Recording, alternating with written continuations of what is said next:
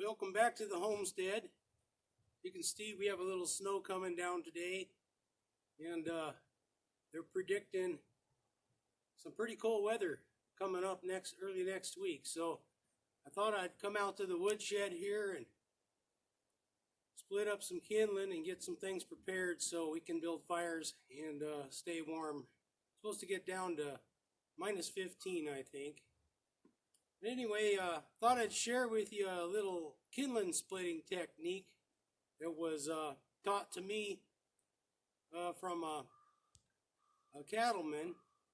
He was a Dutch farmer, and he said, "That isn't how you split kindling, boy.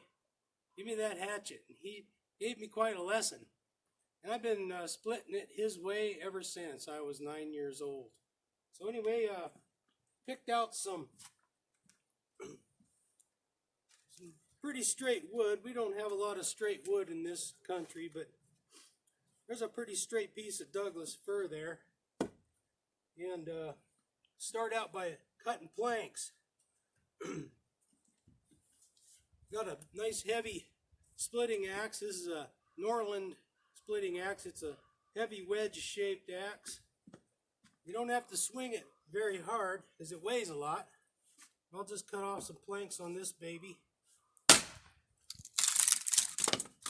Set those off to the side. This piece has it's kind of wavy, but we'll see what we can get out of it. There's a good one.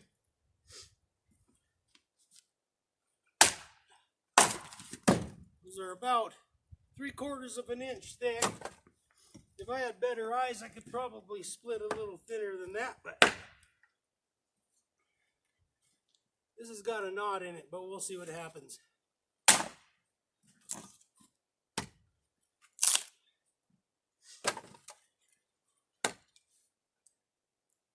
The idea is to use a nice heavy axe and let the tool do the work.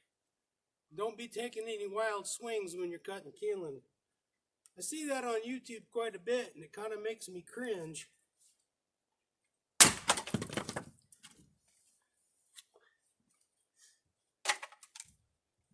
All right, so this piece looks a little nicer.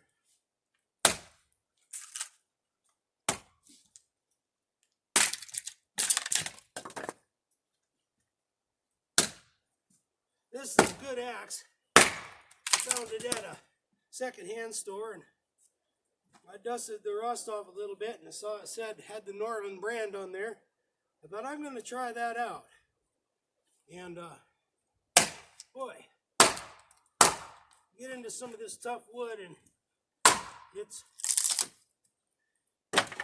really does the trick.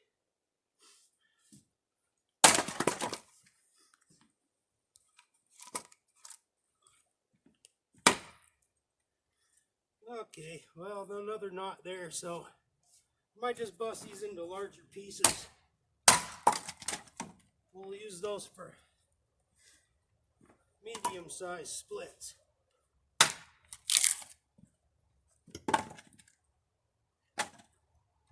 Okay.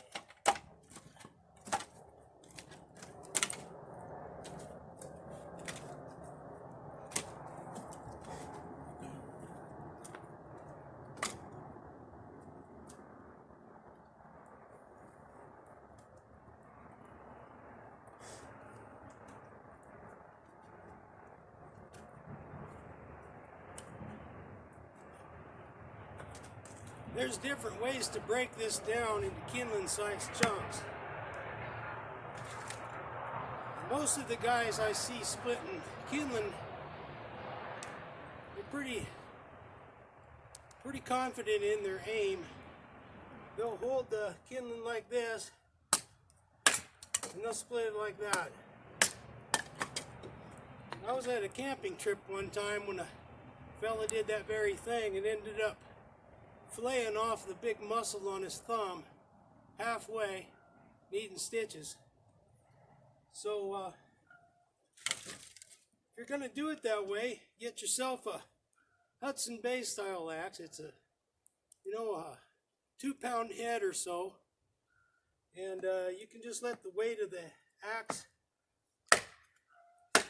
do the work without swinging it. Lots of people prefer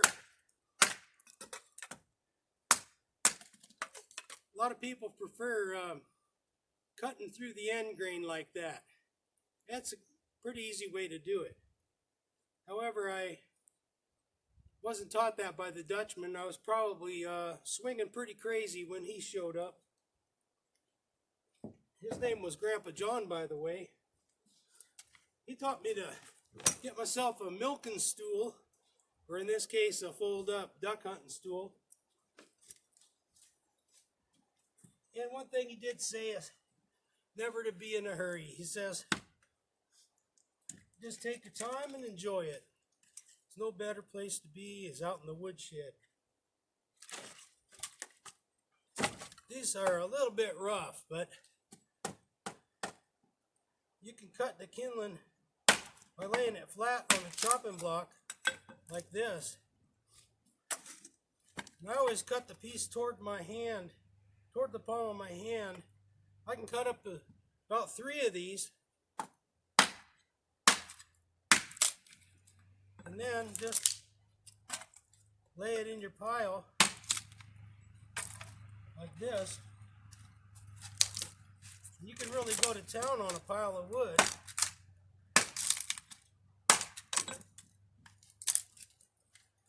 And even if you don't have a chopping block, you can usually find a tree root or something to split against. There's a pretty big chunk. I'll cut that into a little bit bigger pieces. I like to have a variety of sizes. There's a big knot. So I'll probably cut that in half with a big axe.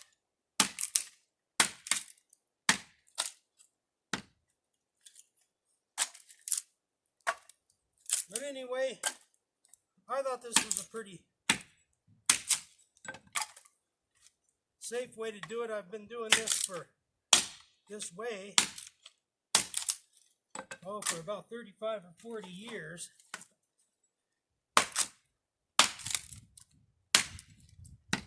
And I haven't lost any fingers yet. I play stringed instruments, and fingers are kind of important. You can count there. I got 10 fingers. Still got them.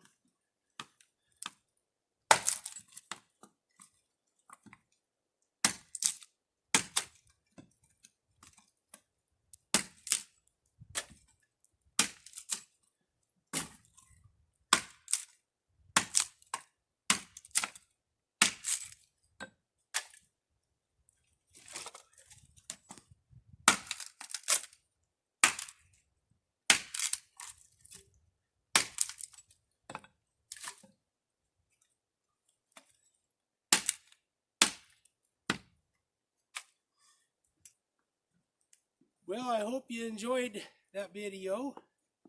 And I've been wanting to share some of those techniques for quite a while because it really works out well for me. When you're in the back country sometimes, you can't be too safe. It's a long ways out, especially when you got a serious laceration. But anyway, that's it for now. I'll be back with some axe reviews later, maybe next week. And right now I got to get the wood in, but I wanted to wish you a good week and God bless everybody. Until we see you next time, this is the West Fork Homestead over and out.